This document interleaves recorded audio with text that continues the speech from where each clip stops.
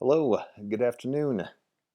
It's week 13. My name is James J., and I'll get us started off this week with a couple of poems from Jane Kenyon. This first one's called 2 Days Alone. You are not here. I keep the fire going, though it isn't cold, feeding the stove animal. I read the evening paper, with 5 generations looking over my shoulder. In the woodshed, darkness is all around and inside me. The only sound I hear is my own breathing. Maybe I don't belong here.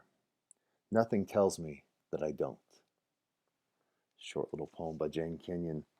And I'm going to read a couple more of hers to get us rolling.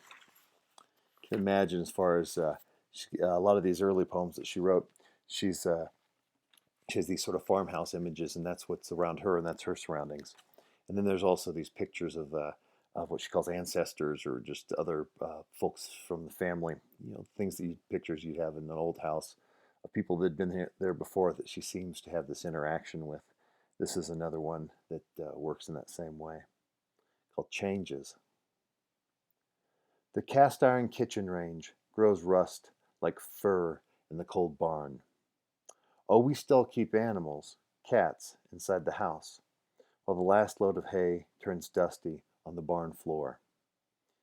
Gazing at us from parlor walls, the gallery of ancestors, let's think we're foolish, like Charlie Dolby, who used to chase cars and bicycles, howling, waving his arms in the air. Jane Kenyon, she died it was in the 1990s. She didn't quite make it to 50 years old. She died pretty young. Died of leukemia. She was pretty well known at the time, as far as poets go, being known in the United States. But yeah, she was a pretty powerful and well-known poet that was gone relatively quickly. And she did also write about she continued to write even as she was fighting leukemia. And so this is one of the poems towards the end there. It's called Otherwise. I got out of bed on 2 strong legs. It might have been otherwise. I ate cereal, sweet milk, ripe, flawless peach. It might have been otherwise. I took the dog uphill to the birch wood. All morning I did work I love. At noon I lay down with my mate. It might have been otherwise. We ate dinner together at a table with silver candlesticks. It might have been otherwise. I slept in a bed in a room with paintings on the walls and planned another day just like this day. But one day I know it will be otherwise. I think that's an absolutely great poem and a powerful poem, especially knowing the circumstances. So, yeah, Jane Kenyon, she died in April 1995, and yeah, not even quite 50 years old. But I really I wanted to read her poems to get us started this week, in light of what we've been reading from the last module in Kim Addonizio's essay on writing and knowing, in those couple pages that we looked at, and that idea of looking at what we actually know, what it is that we do, the parts of our lives that we engage in, and how do we take those things and start transforming them into the subject matter of poems. Of course, that's what we've been up to for a little while. So I thought Jane Kenyon, with her looking around, she's alone in this sort of farmhouse kind of setting, and feeding wood into the wood stove, even if it's not particularly cold, almost like sort of a habit, and kind of looking around the pictures on the walls, the ancestors on the walls, and almost having kind of this imagined conversation. And it's all little kind of um, little details that seem to add up to something bigger. I don't think she sets out, I'm going to write a poem about loneliness, or I'm going to write a poem about being disconnected, or like that last little poem, the Otherwise poem, I'm going to write a poem about dying. So she doesn't necessarily set up to write these poems with these big abstractions. Rather, she starts with the details, the particulars of her life. And it has that feeling, though, right? When you hear those poems and when you read those poems, you start, you get an idea of what they're about, right? That sort of sense of loss or being alone. those type of things. And yeah, and it comes from those details, right? I don't think it comes from her sitting down to try to write something that's in this sort of big, large abstraction, right? She's writing about what she knows, and then working that out into by writing precisely in vivid details in interesting ways. Well, then yeah, sometimes those bigger concepts sort of start kind of sauntering in through the door, right? So I think that Jane Kenyon, in addition to being a person, if you like those poems, I would encourage you to keep reading her work. She's absolutely spectacular. I mean, it's a shame, I guess, when anyone dies relatively young, but especially when you're thinking a person of such tremendous talent, I feel selfish in that I wanted to read the poems she didn't get to write. I wanted to read the next, hopefully, what would have been 10, 20, 30 more years of potential writing that could have come from her. So I feel very selfish in that sense. Um, I'm okay with that. But yeah, it's she definitely has a large collection of poems that you can go to if you're interested in that. So yeah, so I mentioned how that I thought that would connect with our previous reading from last week with the Kim Addonizio essay, and then yeah, I wanted to talk about that just a little bit. You've done the quiz, right? That started out this module for week 13 with a little quiz on there, and I just want to point out a couple little sections. That's really what those quizzes are, right? In lieu of the sort of conversations we would have if we were in an in-person class, where we would go back and forth, kind of using these quizzes to direct you at certain sections of the reading. And one of the things right off the bat is that the first question I had, I said that I asked Kim Addonizio contends that we are oftentimes told to write about what we know. She says, "What's the problem with that?" Of course, we don't necessarily trust or believe that advice. So the famous advice of write what you know. Um, we think, oh yeah, write what I know. That sounds great, but then sometimes it's a I think that we can have that lack of confidence. Are those small things in my day-to-day life, are they worthwhile to write about? And of course, the answer is yes. And the answer is yes, along with some crafting and skills, right? So that you can take your what you know your um, your surroundings, what's important to you, and work with your writing skills, crafting skills to transform those into things that will also communicate with others, right? I mean, that's the key, right? And that's what we've been up to throughout the semester, I hope. So, yeah, I think about it from the perspective of when people say, write what you know. I like how Kim Addonizio gets after that idea of write what you know. Um, but sometimes it's hard to figure out what you know. What is it that you actually do know? And for me, a lot of times when I've talked to people or done interviews or things like that, where people ask, "Well, why do you write or why do you write poetry?" And really, my answer, I sometimes I'll try to give longer, more eloquent answers because it seems like I should. I don't know if that happens or not, but I'll feel that inclination. But if I was being more direct, more honest, I'd say I write poetry because I'm trying to make sense of things. So it's a way for me to make sense of what's happened, whatever the experience of my day to day life is or events. Those will be things that I'll get down, either it's actually what I'm doing or memories from the past or fragments of memories from the past, like we've talked about a little bit before. I start writing them down, and that's how I start processing things and making sense of things. And so that would be my short answer of why I write. So it's to figure out, to some extent, what I know. That's why I liked about Kim Addonizio's essay is this that she emphasizes that notion of looking like what's right, your shoulders, your arms, what's into your hands, what are you doing? That's what you know, right? What's that that's actually around you? That's what you know. That's what you can write about or start making meaning from. So I like that a good bit as far as those ideas that she gets up to, and hopefully that speaks to you too as you're working on these poems and having finished at least one of the poems, and then you have another one coming up due. Gosh, was it the 19th? Right, so that's due on the 19th. So hopefully the poetry that you're writing is working in the same sort of way to take those things that are immediately around you and find a way of crafting them and making them work in some other ways. One of the things that was fun with this last batch of poems was that we had and this was several folks that were had done very well in the fiction and the nonfiction section and writing the prose part. when they were writing their poems, they were trying to use some of the same skill sets, and we're coming up with some really nice writing.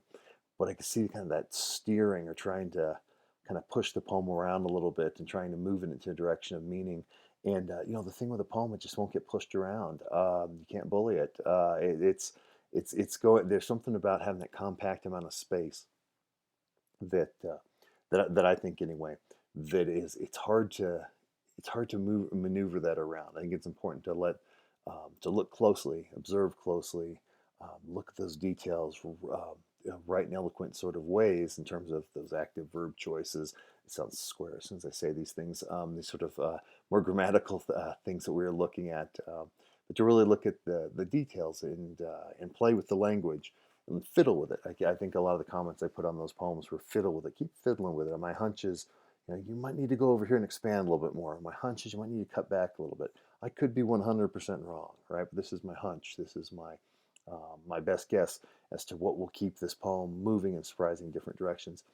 One of the things with poems is that they're different beast to write than prose, than writing fiction or even the nonfiction. So I think that's I think that's been I think a fun discovery for at least several people. It seems like, and I'm curious to see what happens with the next batch of poems and where that goes. And at the same time, it's been nice too that there's still probably at least I'm kind of think of a half a dozen or so folks that during the when you're writing the fiction, when you're doing the flash fiction or the creative nonfiction, I was probably making comments about structuring and paragraphs and kind of getting this, kind of almost not exactly setting up an argument, but as far as setting things up a little bit more and these type of comments.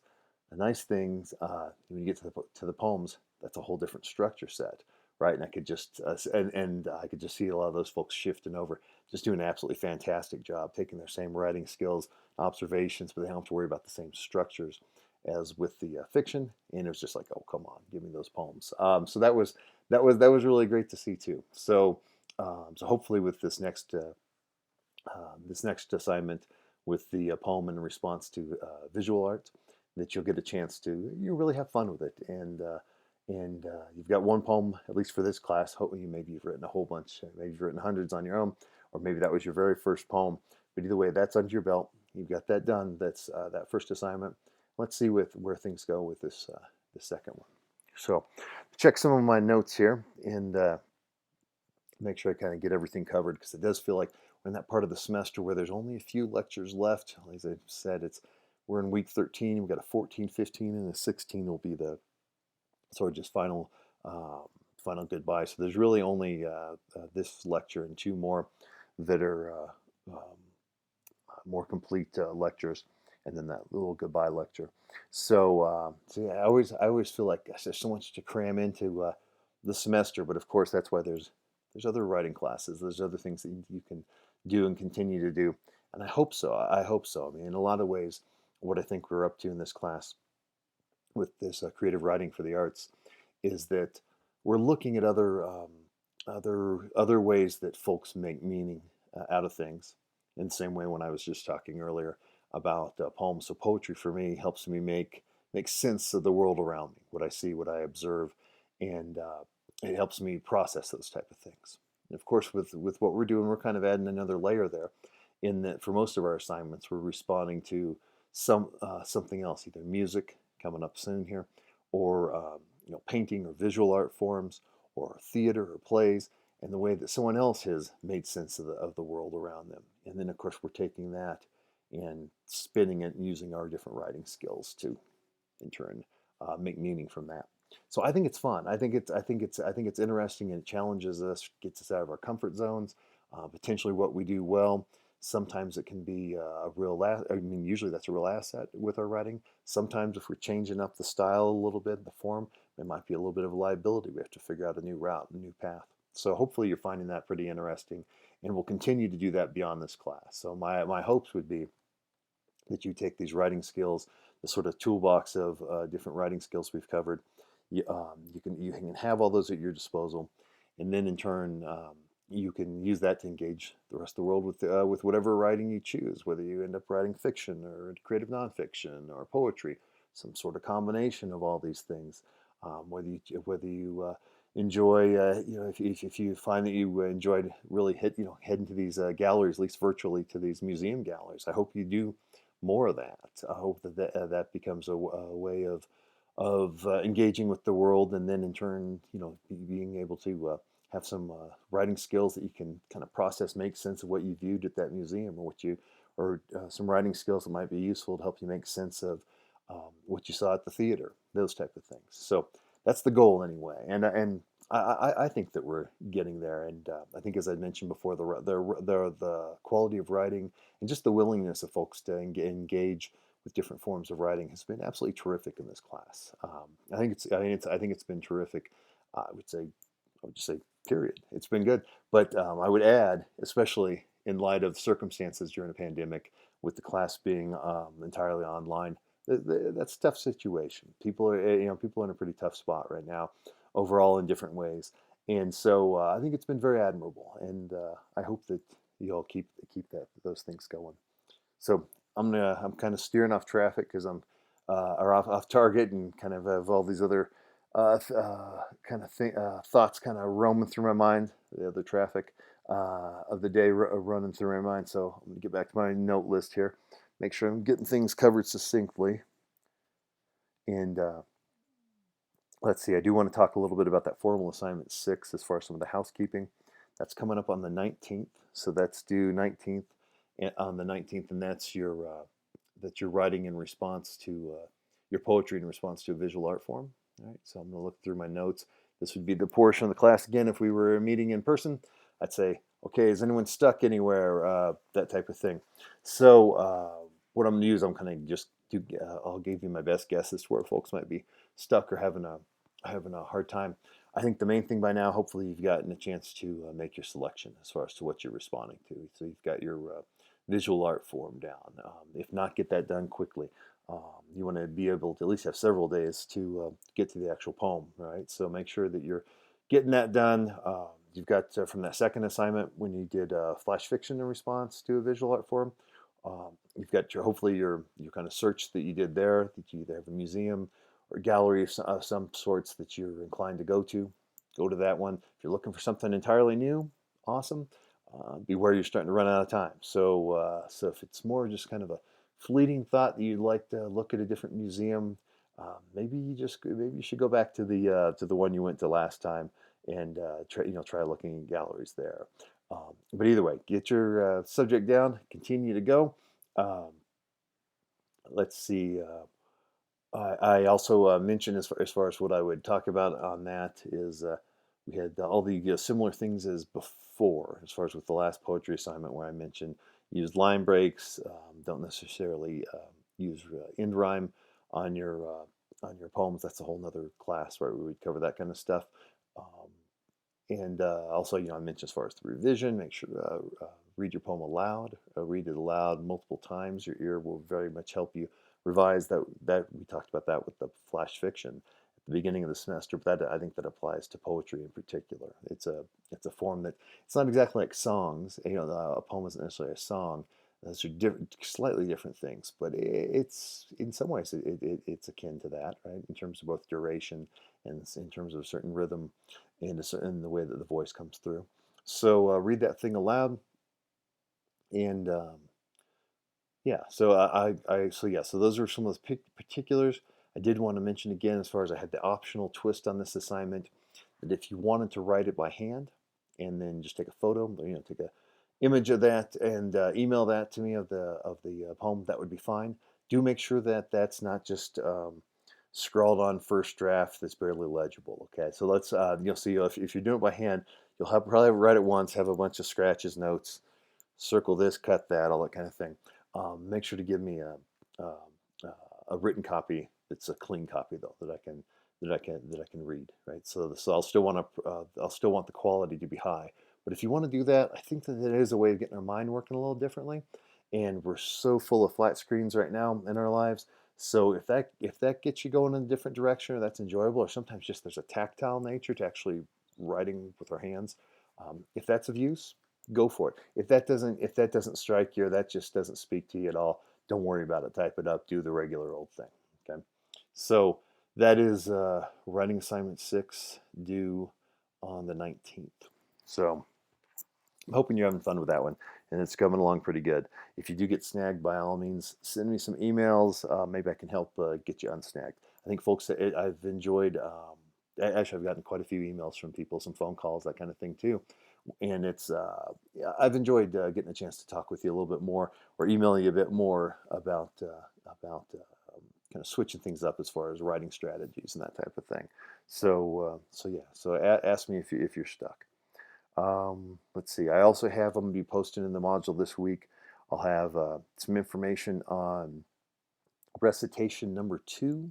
So if we recall back at the beginning of the semester, I had you do a little video recording of you reading your first paper, and the idea was to help introduce the idea of having the ear work to revise your paper as well, and also it was a way for us to get a little bit of an introduction. So we had also, if you recall from the syllabus, a second recitation coming up, and that has to do with the poems, and we are here at that point now. So that I've got that in the module as well. That's basically one of these 3 poems. You'll write 3 poems to close out the semester, and you'll end up record yourself reading one of the 3. So whichever one you like the most, I would assume. I guess you could pick the one you like the least, but that wouldn't make any sense to me. Pick the one you like the best, and that's due on December 10th. So that is fairly far out there, but I want to start getting this information to you now so that you can know how many pieces and parts are left in this course, and then you can sort of just moving towards checking those things off. So recitation number 2, check that out. That'll be due on December 10th, worth 25 points. I also have in this module, I've got a what's left to do list. So that's as of November 15th. So that thing's accurate up to November 15th. And I have in there, what do we got left to do? Basically, we have this poem, this formal assignment number 6 that's due on the 19th. Shrink up my screen and pull up my list of what's left to do.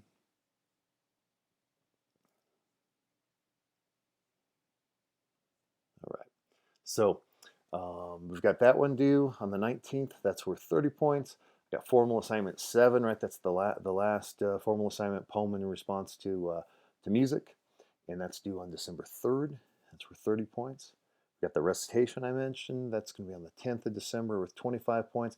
We've got a final portfolio. Basically I'm going to ask you to take one of your 2 short fiction pieces, one of your creative nonfiction pieces, and one of the 3 poems. Revise them, polish, edit, do all the, get that in the best shape that you can. And you'll turn that in as the final portfolio for the class. And that's going to be worth up to 100 points. That's 20% of the grade right there. I also have, as far as some of the other stray things left, there's a quiz 9 that's going to be coming up here in a week module wise. And then a quiz 10. Those are 5 points each. And then the last thing that I'll have a little bit more information first thing I'll say is I don't want you to worry about it too much, in that there's a summary of quizzes for the course that basically I'll put together as kind of, this would be what would be, I don't want to say final exam because that gets people nervous. So it's not a final exam. It'll feel sort of like that, but not really. So I hope that's vague. No, no. Basically, it's going to be worth 100 points. This would be what I would call in the in-person class the participation grade, as far as engaging in conversations with all the folks in class and helping facilitate the energy in the workshop, that kind of stuff. With the online format, we can't really do that exactly. So, although we to some extent have been, in terms of just the back and forth, as I mentioned, with emails, notes on papers, whatever we've been doing, in terms of that kind of conversations about your particular writing. And so I do want to, basically what I'm going to do is I'll have a final little summary of the quizzes. It's not going to take more than a total of 45 minutes in that week 15 module. I will basically do this sort of video, and I'm going to tell you what's on the quiz. Basically, I'll go through and I'll summarize some of the key concepts that I'm hoping that you take with you from this course, and it'll be easy points, especially if you've been just plugging on throughout the semester. So that's easy cheesy. And so everything that's on this total summary that's within the module is going to be worth 295 points out of it. There's a total 500 possible points in the class. So I'd mentioned, as far as the other week, when thinking about strategies to wrap up the class, to just, we were at that point. We were kind of, take it 1 week at a time, keep bumping your arms, keep going, just knocking out one quiz, one assignment at a time. That don't necessarily be looking for that finish line just yet. And that I told you I'll let you know when it's time to look for that finish line and make your break towards the finish. That time is now. So I'm letting you know. I've got all those things on our list left, and you can start. I think that it's manageable enough, and we're looking at really if we're looking at a solid month left that you can keep checking away on those things. If you get them done at a faster pace and want to wrap up the course quicker, so you can focus on your other classes or focus on work, family obligations, whatever you have, by all means, now's the time to start making your push. If you know you're super busy right now with other classes, if you're, as far as work commitments, whatever it might be that you have going, you can see that list. Maybe you kind of pull back away from this class for a couple of weeks, focus on wrapping that up, and then come in for the finishing this class. Whatever the strategy is, you now have all the markers, all the race markers out there for you to finish the race with. So those will, those will be coming into play pretty soon here. That's at the end of this module. So let me see if there was anything else on my list. As I said, we're getting at that point where we're getting near the end of the semester, so I feel like there's so much to jam into the last few weeks, but I do want to make sure that I get everything through there. I think we're looking pretty good so far. So that is what I would so that's what I would wrap up those particulars with. And I think I'm going to I'm going to close out this week with, I know I usually start with the poem or the short writing, and then to get us in the workshop mode. And I think I'll finish up this week with a little short poem by Robert Bly. I started the class with Robert Bly, and this one's called "One Source of Bad Information." There's a boy in you, about 3 years old, who hasn't learned a thing for 30,000 years. Sometimes it's a girl. This child had to make up its mind how to save you from death. He said things like, stay home, avoid elevators, eat only elk. You live with this child, but you don't know it. You're in the office, yes, but live with this boy at night. He's uninformed, but he does want to save your life. And he has. Because of this boy, you survived a lot. He's got 6 big ideas. 5 don't work. Right now, he's repeating them to you. That's Robert Bly. All right, well, good luck with your poems. Hope you have a wonderful week. And email me if you get stuck or have any troubles getting this next assignment together. Okay, be well.